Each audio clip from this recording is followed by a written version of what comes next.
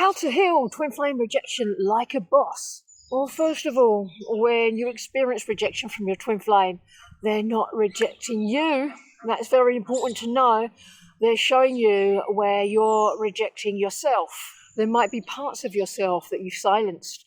There might be bad feelings, uncomfortable feelings that you've been carrying within for a very long time that you've buried because you don't want to feel them because they're uncomfortable. And I don't blame you for not wanting to feel uncomfortable feelings. But in order to release them, you have to feel it to heal it. Stuffing down certain feelings that you don't want to feel is a guaranteed way to kickstart the runner-chaser dynamic, which is not the scenario that you really want for your union. You have to go to all these places and heal them so you can have the union that you desire.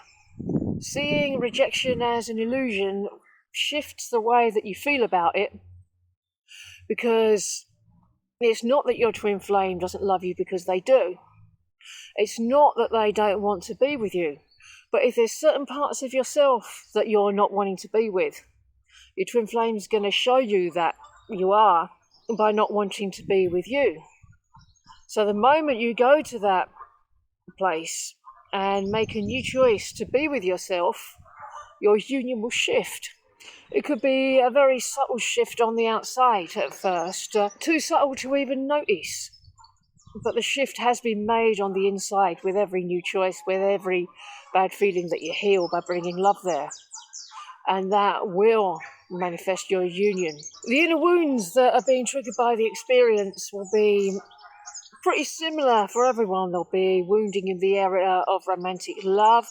Could be a belief in love being unattainable or out of reach. It could be a fear of abandonment. It could be a fear of rejection, a fear of losing love.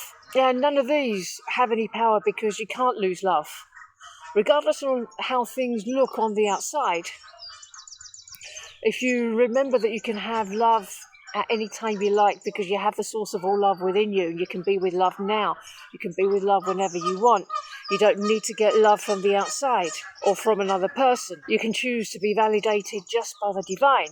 And when you do that, it makes you supremely powerful because you need nothing externally.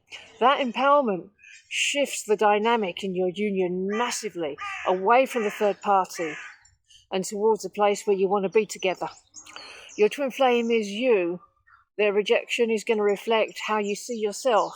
If your twin flame says some harsh words or unkind words or lacks tact, perhaps, how's your internal dialogue? Are you speaking to yourself unkindly? Have you got unkind thoughts, tactless thoughts towards yourself? Are you being mean to yourself? All that's got to change. You have to set a boundary with those unkind thoughts, because you don't want your twin flame to reflect those anymore. You want your twin flame to reflect kind, loving, compassionate thoughts.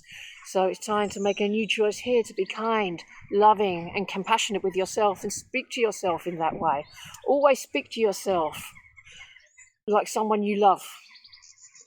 Do you tell yourself that you're unlovable, for example, or something else maybe? Well, if you are, please stop doing that.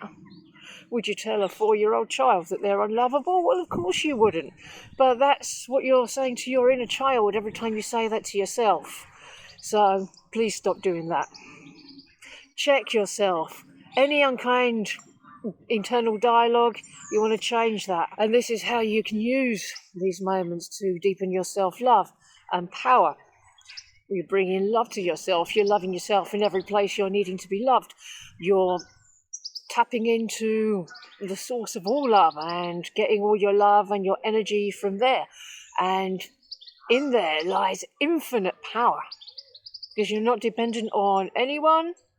Codependency goes out the window. You're not needy. You're not clingy. That's very attractive and magnetic to your twin flame. So any fear that gets exposed by the third-party situation, and you'll know what it is, it's that really strong, horrendous, overwhelming one that's right in your face all the time. You have to meet that feeling head on. I know it's not always easy. That's why working with a coach is so helpful. But you have to meet that fear head on. Just be present with it. See what happens. Keep bringing love there. Keep delivering love to this place. The fear will eventually dissolve, because fear isn't real. It's an illusion. Only love is real. And love dissolves fear. So you've got to show up for yourself in that fearful place again and again and again. Love yourself in that fearful place until the fear is gone and turned into a state of peace. Unconditional love is the answer, even when the rejection feels personal, as it can feel pretty bad at times. But if you're loving yourself unconditionally and loving your twin flame unconditionally as they move through that experience, believe me, it's going to be just as uncomfortable for them, if not more so. But understand that they have to experience what they have to experience on the journey. And if you can love them anyway as they move through that, they'll be out the other side of this unpleasant time period much quicker. You can shift your perspective from they don't want me to this is helping me grow, because if you remember that they're only mirroring, if they're showing you that they don't want you, there's got to be a place inside where you're not wanting yourself. Perhaps you're judging yourself. Time to release self-judgment and bring love there. That brings growth, that brings self-discovery, that brings a deepening of your own self-love and your own expansion and your own union. So if you're knowing all this and applying the mirror exercise, if your twin flame appears to reject you or walk away, that's not what's actually happening. The true distance between you is lessening. This is how things look on the outside, but it's not how they really are. Everything you think you need from your twin flame, they will mirror the opposite until you give it to yourself. If you're going to your twin flame to try and get validation or confirmation of something, it's not going to go well for you.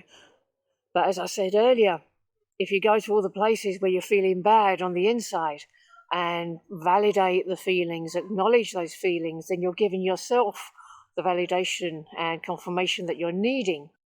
That's how you can meet yourself with love. Every place you're needing love. And your twin flame's going to point to every place that is needing love until you've loved yourself there. When you fully decide to trust your twin flame journey, no matter what, things get easier.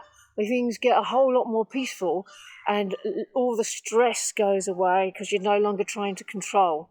You're able to trust that the divine has got your union and is bringing it to you in the best way for you. You're not bothered about the when or the how or even the who. You just know that it's yours and it's coming for you. Love is always the truth. So the deeper message behind this experience is that you're releasing everything that isn't aligned with love, every thought, every feeling that's out of alignment with the divine, in order to make room for more love to rush in until you're so full of love your twin flame won't be able to stay away. If you'd like some more information about third-party dynamics and how to heal them, I've got multiple playlists, but I've just created one especially for healing the third-party dynamic, and it's just here, so I hope it helps. Bye-bye.